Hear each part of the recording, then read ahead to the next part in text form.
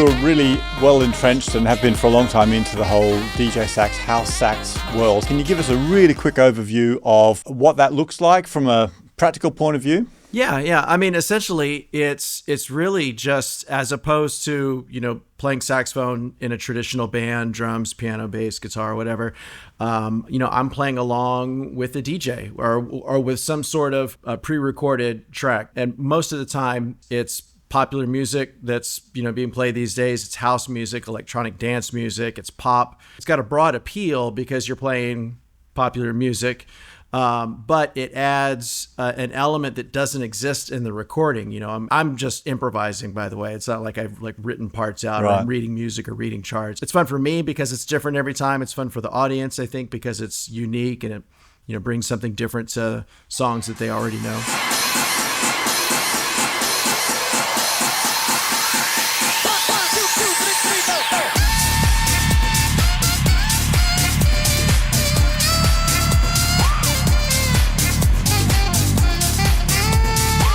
If we're thinking specifically about, cultivating a career playing with DJs as a saxophone player, can you give us a bit of a overview of what you've learned through the process of building your career?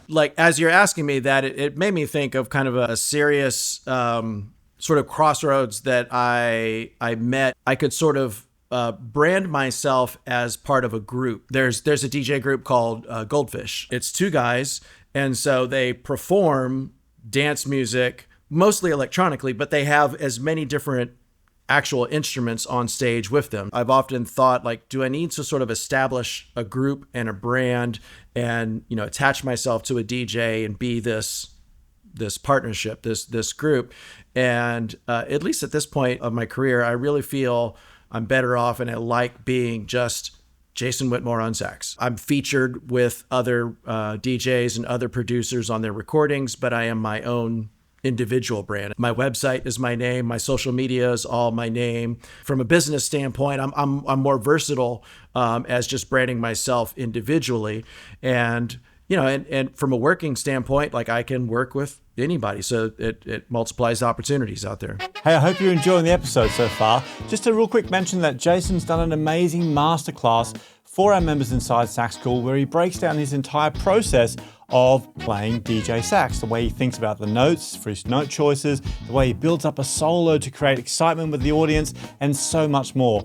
It's all included with Sax School membership, but you can actually check it out for free with a 14-day trial that's running right now. I'll pop a link down below if you'd like to go check that out. Okay, let's get back to the episode. What's most interesting to me, and I think interesting to people who are just new to this whole idea of how do I go out and start to get busy, is the fact that you're thinking about a brand, be it your own brand or a band brand, right? It's about building a brand. Do you agree that you really need to be responsible and in charge of your own brand these days? Absolutely. Yeah. You have to make that conscious choice. I am Sax School Online. I am Jason Whitmore on sax. I am, whatever my brand is, my group name, and you need to lean into that. Yeah, and with social media especially, that is the name that you portray in everything that you do. Every live performance, that is the name. Every social media post, every recording, because otherwise you could be so fragmented and you could lose so much opportunity to really, cultivate this visibility and identity of who you are. And I love what you're saying there about consolidating and having a consistency to what you're doing. So can you give us an example, in real sort of basic terms, how you do that? Because I'll be honest with you, Jason, we've only ever met this way. And I reached out to you a few years back because I kept seeing your stuff on socials. I thought, who is this guy? I love all the stuff that you're posting. Oh, thanks, and man. Everything was so consistent. So can you tell us a little bit about how you approach doing that? And I'm hoping you're not just going to say, I'm too lazy to do that. This is what I did. Because I think you got a system.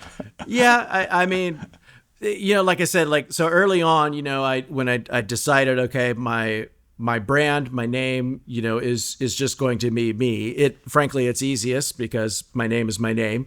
I try to think of something easy that said who I am and what I do in a handle in just a very brief thing. And, if you're ever, on a stage and you're playing in a band, you get a solo, what does the lead singer say? Hey, Nigel on sax, Sam on drums, Elliot on bass, Jason on sax. So I'm Jason on sax is all my social media. From a social media standpoint, like you have to be consistent and you have to like create content. Obviously that's a part of what we do.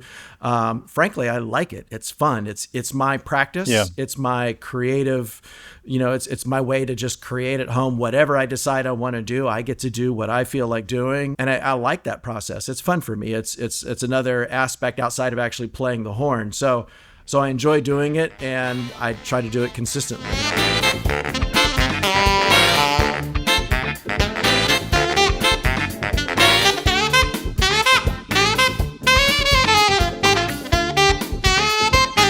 There's a bunch of things that you've hit on there. The first about the consistent naming across all of your social platforms, and then the consistent look of all the stuff you're doing, consistently putting out content. There was loads of photos that I saw of you on Insta, and they all look great. Even the photos had the same sort of look. I mean, obviously they're you, but you were thinking about how you presented yourself, like the clothes you had, the style, the image. There was a feel to the type of photos that you were taking, and then you were sharing them consistently. So that's part of building the brand. And then more recently, I love all of the playing things that you've been sharing on YouTube and Insta. I guess you're sharing stuff on TikTok too, right? So the multi-sax things that you're recording. I love that. I love that process. I mean, I love playing in an ensemble, but I'm a soloist. So so I've just figured out a way to record all the parts and use. It's called a masking effect, and that applies to almost any video editing software. But you have like one still wide shot. You stand over here, record that part, and then you stand over here and record this part. I try to change clothes so it looks like there's like 4 different versions of me, and then you edit them all together. He's got like 3 brothers that all look the same as him. Yeah. Man, there's so much great information in here, and in a minute, Jason's going to dig into how he got started playing DJ Sax, and that's quite an interesting story too. But first, I just wanted to ask him, with all the great content he's putting out on social media, is that something that helps him to get more gigs? And maybe that's something that you could do as well. Here's what he said. You're always engaging with either a DJ, the promoter that's running the event or whatever, or the venue itself. You're always sort of engaging with them. And yeah, you've got to have some sort of backlog of content to kind of validate who you are and what you do and your audience, because ultimately that's what those people are going to care about too. Like, does anybody even know this guy? Like, if I hire him, are people going to care, or are they going to come and follow, or are they going to come and, buy drinks at my establishment, or like follow me or whatever? So yeah, that's the first thing anyone does these days too, right? The first thing they do when they want to find out about somebody, we all do it. You Google them, right? Right or wrong, it is the world, and it's a great tool. If we look at it from a more positive standpoint, it's a great tool to just be involved in your music and your brand and by creating all the time. Because even if I'm creating just for the gram, just to build visibility and likes, I'm also getting practice. Like, I'm learning more about my own playing as I do that. I'm learning more about playing in tune. I'm building my strength, my lung capacity. I'm learning new music a lot of times. And I'm learning more about the technical aspect of recording and mixing and video editing. You touched on it, but another really important part about that sharing all the time is that you're connecting with a wider audience. So you live in San Diego, right? Correct, yeah. So you're gigging in San Diego, people in San Diego are going to know about you, but what about people in Sydney or, Bangkok or somewhere? You can reach people all over the world from the content that you're putting out on your socials. And that's kind of the way the music game's played these days, I think. And I guess there's one other final part of that too. So building up your socials for preparing for going out and playing, and obviously you're a lot further down the track now and you've established all that sort of stuff. But are you still conscious when you're at the gig of taking photos and videos, like grabbing that content that you can share afterwards? Absolutely. Yeah, that's crucial. And I mean, just, last night I was at a gig, and it was more of like a corporate event kind of thing. And I was working with a violin player. The two of us were playing together over backing tracks. It wasn't a live DJ, but we had essentially, pop music playing that we were playing over. And we're always taking content. Like it's, you have to try to monopolize on those opportunities and, get good photos, get good video clips, things that you could share. Because again, right or wrong, if the world can't see that you're doing these cool events and that you're playing with this person and that person in these different venues, then they don't know. And the more people that you can network that you're doing that with just multiplies that effect. If you're playing with somebody, so you're playing with a DJ, you shoot stuff together, you co-brand, you co-share posts, you tag each other, you put things out that are also show that other person in good light, so they're more likely to share it. You kind of do things that benefit others, and eventually it ends up benefiting you as well. Plus it makes it, it shows that you're easy to work with and enjoyable to work with. Like that's a really important part of this, whether it's the DJ or the promoter or the venue owner. Like people want to hire people that they like to work with. So, make it easy for them. Don't ask tons of annoying questions. Don't show up late. Don't do a bad job. I mean, those things are obvious, but be somebody that they'll want to hire because you're cool and you're nice and you're easy to work with and you do a great job and you bring your friends and, you need to be that person. And when you can do that with your social media and the things that you post too. Yeah, I think what's really interesting about that is that is exactly the same in the world that you're talking about. And it's the same if you're playing in a West End show, or if you're playing on a cruise ship, or if you're playing in a jazz group. It's the same everywhere. Music is a social thing. It's all about interactions between humans. And you need to be a good human if you want to be busy. Yeah. Yeah. When you talked about like that gig last night with the violin player, so are you bringing those tracks and where are you sourcing them? Like, how do you get a repertoire of things together like that? That's a good question. Every gig is different. In the gig that I did last night, I was hired. The violin player owns a production company, so she was the boss. She brought a sound man, an admin assistant, sound equipment, the tracks themselves, the backing tracks. So she provided all of that, and I was working underneath her. And of course, she was working for the end client, the people putting on the event. So in some cases, in other cases, there's I'm the boss, and so the end client, whether it's somebody throwing a party or an event, will contact me directly. And then I'll hire a DJ and I'll make sure he has the right music. Okay, so that's the backing track side of things. Obviously, you're going to need a microphone and a saxophone and a mouthpiece and a reed. So can you just talk us through your favorite performing setup? Yeah. Well, I'll start with the saxophone. So I've been playing Cannonball horns for a few years now. Absolutely love their horns. I play alto primarily. But I did just recently get a Barry, if you've seen it in some of my videos. Love playing that horn. I don't know when or how I'm going to use it in an actual gig setting, because it's probably not the right horn for a DJ gig. But I just love playing it, so I got one anyway. You're playing on a Durga on that, aren't you? Yeah. Theo Wani makes the best mouthpieces, in my opinion. They're not the cheapest, but you absolutely get what you pay for, and I feel like, it's a fact. I mean, your majority of the quality, the style of the sound that comes from you starts closest to your mouth with that mouthpiece and the reed setup.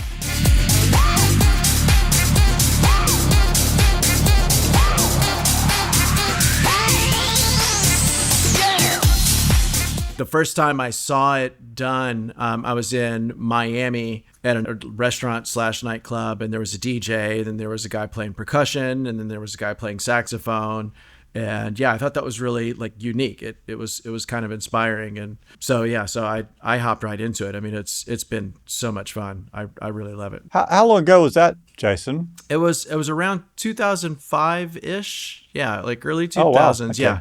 Yeah, so I've been doing this for close to 20 years or so. It's become a lot more popular. I mean, it's becoming more and more of a thing. The events and the venues that I play, it's more frequent that you see some sort of musician playing alongside the DJ, because it really does. It adds this really cool new live element that didn't already exist. There's more and more musicians that are starting to do it. I feel like the venues are starting to want to get involved and bring those kind of musicians in along with the DJs. The DJs are starting to figure out, and they're trying to get instrumentalists to play along to make their set unique. So it's starting to catch on, but it never ceases to amaze me still.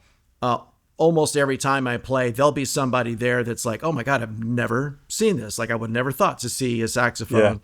So it's still new enough. It's fresh, and people are really interested. I bet social media's played a big role with getting the awareness out for this style of music too, right? Yeah. Oh, yeah, absolutely. And clearly, I mean, social media is the way we all sort of learn and spread knowledge and news these days. Yeah, I'm seeing loads of people sharing great videos actually of DJ with an instrument saxophone, and those videos are so popular. I mean, I know you've got a great following on socials.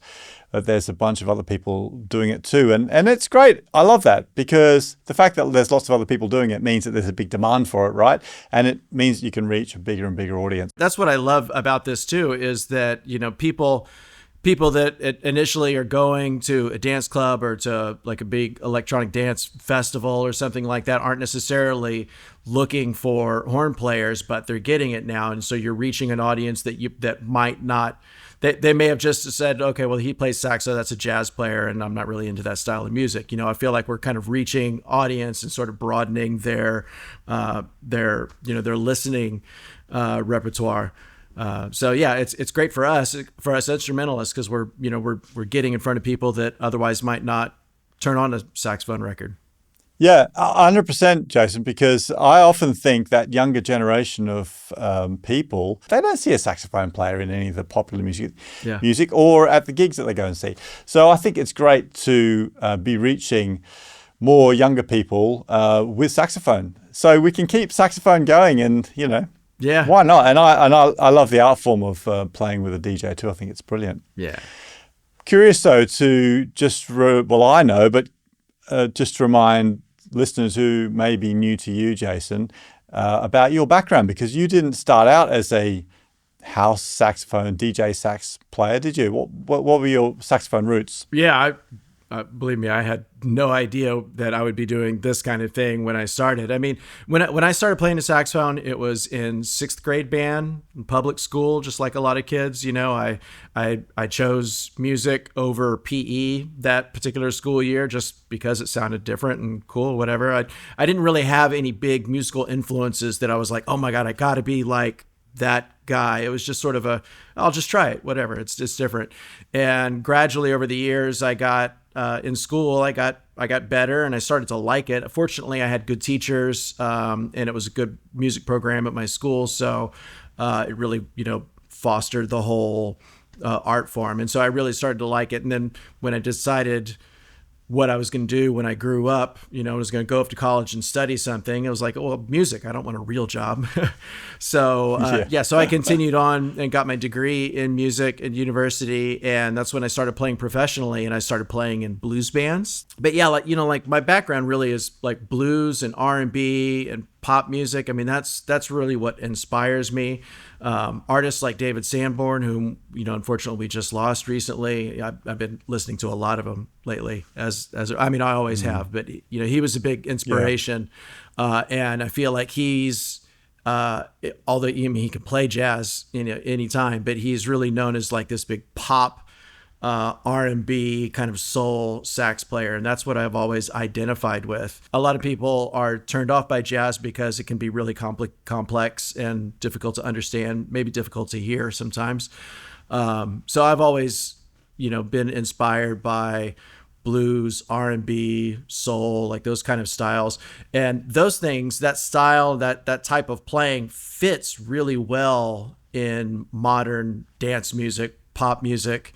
The blues is really effective in EDM music. Just curious if there were specific playing things that you felt you needed to work on when you did that transition from doing blues gigs to then hearing that band in Miami and thinking, hey, I'm going to have a bash at this too, and going and playing with a DJ. I'm asking this because there's probably people listening who've never played with a DJ and would probably find that idea quite terrifying, right? Yeah, well, I'll admit when I started, I was a little terrified too. I mean, I was like, are people going to be interested in a band instrument? Is it cool enough for this kind of venue and this kind of, environment? Like, are people going to think it's cool, or is it going to be lame?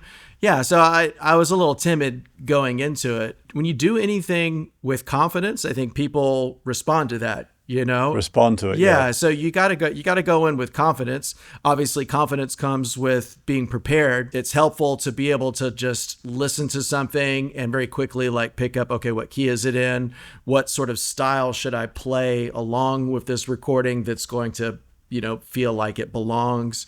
How am I going to play in the context of this recording so it feels natural and it sounds like it was supposed to be in the recording originally? Just being able to hear and respond and play within that context, and really understanding that is what's going to help people respond well to it.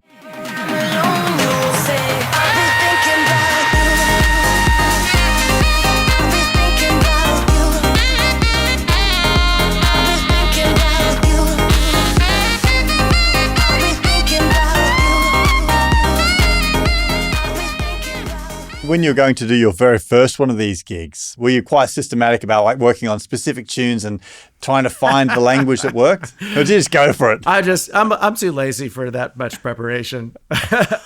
Maybe I shouldn't say that out loud. That's not great advice, people. But there was definitely no set list. I never work on a set list ever. Really? Yeah, because I think first and foremost, the DJ's role is to be able to shift on a dime and keep the people on the dance floor or the people in the audience, whatever the case is, happy and engaged in the music. So they need to have that flexibility to, switch styles of music, switch songs, lead the audience in a way that they're going to be happy and engaged and really into it. So if I give the DJ a set list, I'm like, okay, these are the songs I play really well at, you got to play these right in a row, then that screws up his ability to have that flexibility. So I won't do that. I won't ever do that with any DJ. I think they need to come first, and I need to be versatile enough to follow whatever he's doing and just, follow that lead. And I make that clear with every DJ that I play with, but particularly when it's a new person that's never played with an instrumentalist, which happens a lot.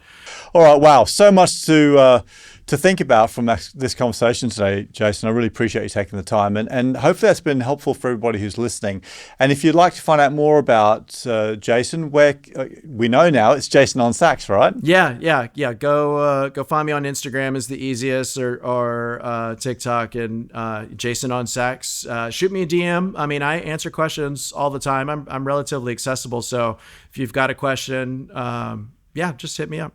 Yeah, cool. And don't forget, if you're a Sax School member or if you're thinking of joining Sax School, we have got some lessons from you, Jason, inside Sax School that'll help you with the basics of getting started with playing with a DJ and the sort of tactical things that you need to understand for playing in that style. In fact, we did a masterclass. You did a masterclass for us, which is brilliant. It really breaks down the whole process of starting, playing in that style, and giving you a few building blocks that you can use to build your skills up and your confidence and all that sort of stuff. So definitely go check that out. Yeah, those were a lot of fun to make. I hope those have been helpful. So helpful. Yeah, so many of our members are using it. And like I said earlier, there's a lot of, it's been very interesting for us. We've been doing this over 10 years now, and we've seen our students sort of grow up and progress, and now a lot of them are out playing, gigging. And so, yeah, it's absolutely been useful for them. So thanks so much, Jason. If you guys want to get the whole transcription of today's episode, you can do that over on our website. That's saxschoolonline.com/podcast. But for now, keep practicing hard. Thanks a bunch, Jason. And thanks everyone for listening. Thanks, Nigel. Next time. See you guys.